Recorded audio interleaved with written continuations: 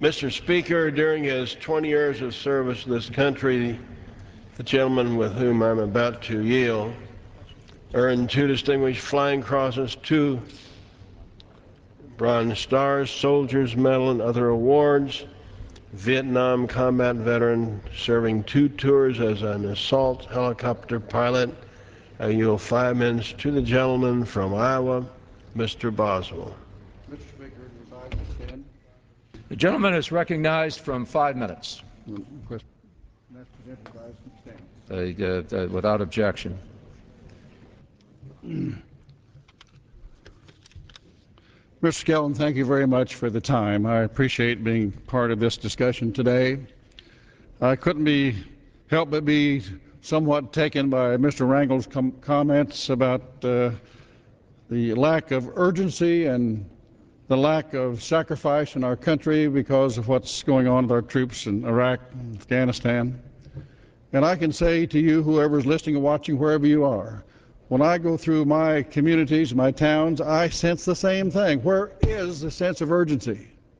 And where is the sense of sacrifice? I'll tell you where it is.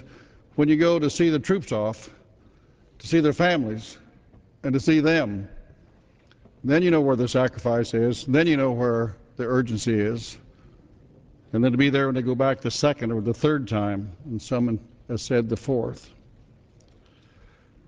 Mr. Speaker, I rise in strong support of this resolution, a resolution in support of our troops who are serving with distinction in Iraq and opposing the President's call for escalating the troop levels in Iraq. As a 2-tour combat veteran of the Vietnam conflict, as Ike said, as an assault helicopter pilot, I, like many others in this body, know firsthand of the everyday sacrifices made by men and women in uniform serving in Iraq. And I might add, if I could, I know the sacrifices of spouses and the children. And branded on me always will be the reminder of my children when I had to leave and they wondered if their dad would come back. You can't forget that, and it's happening to our troops repeatedly. More than 3,100 have given the supreme sacrifice. Over 20,000 been injured, and many of them very severe. This resolution recognizes our brave men and women for performing their mission at the best of their ability. All members of this body stand foursquare behind their efforts. As one member of Congress who voted in support of the Iraq War resolution in 2002, I recognize the pretext for going to war was based on faulty, misleading misinformation. I cannot reverse that vote, but I can no longer acquiesce to a failed and tragic military exercise in Iraq. 2 months ago, Generals Casey and Abazad stated they did not support the increasing U.S. troop levels in Iraq.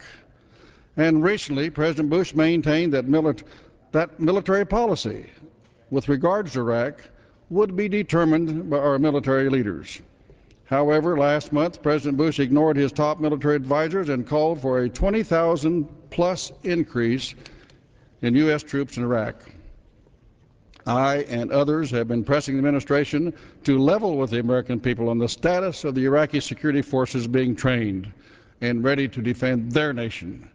If the Iraqis are trained and ready, reportedly over 300,000 as we've been told, it is time to begin now a planned phased withdrawal of U.S. troops. Sending more U.S. troops to Iraq does nothing to enhance the Iraqis' training. It only places more U.S. forces into harm's way to become additional targets of the Iraqi civil war. This failed policy must stop. We can support our troops in the field and oppose this escalation of U.S. forces. The sectarian civil war violence in Iraq is increasing, and U.S. troops are becoming an increasing target of the various tribes and factions. We cannot continue to place ourselves in the middle of this civil war. It is time to insist that the Iraqis resolve their own civil war. We must insist and allow the Iraqis to defend their own nation.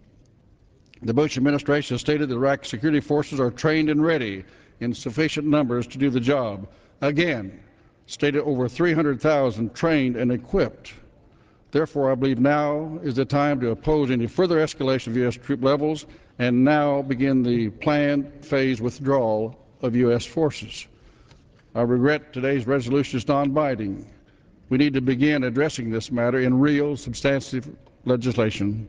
I urge all of my colleagues to support this resolution and to work in unison to bring our troops home. Mr. Speaker, how much time do I have left? The gentleman has 2.5 minutes remaining. Thank you.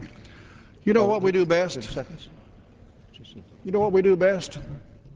I'll bet everybody's paying attention intends to file their income tax April 15th.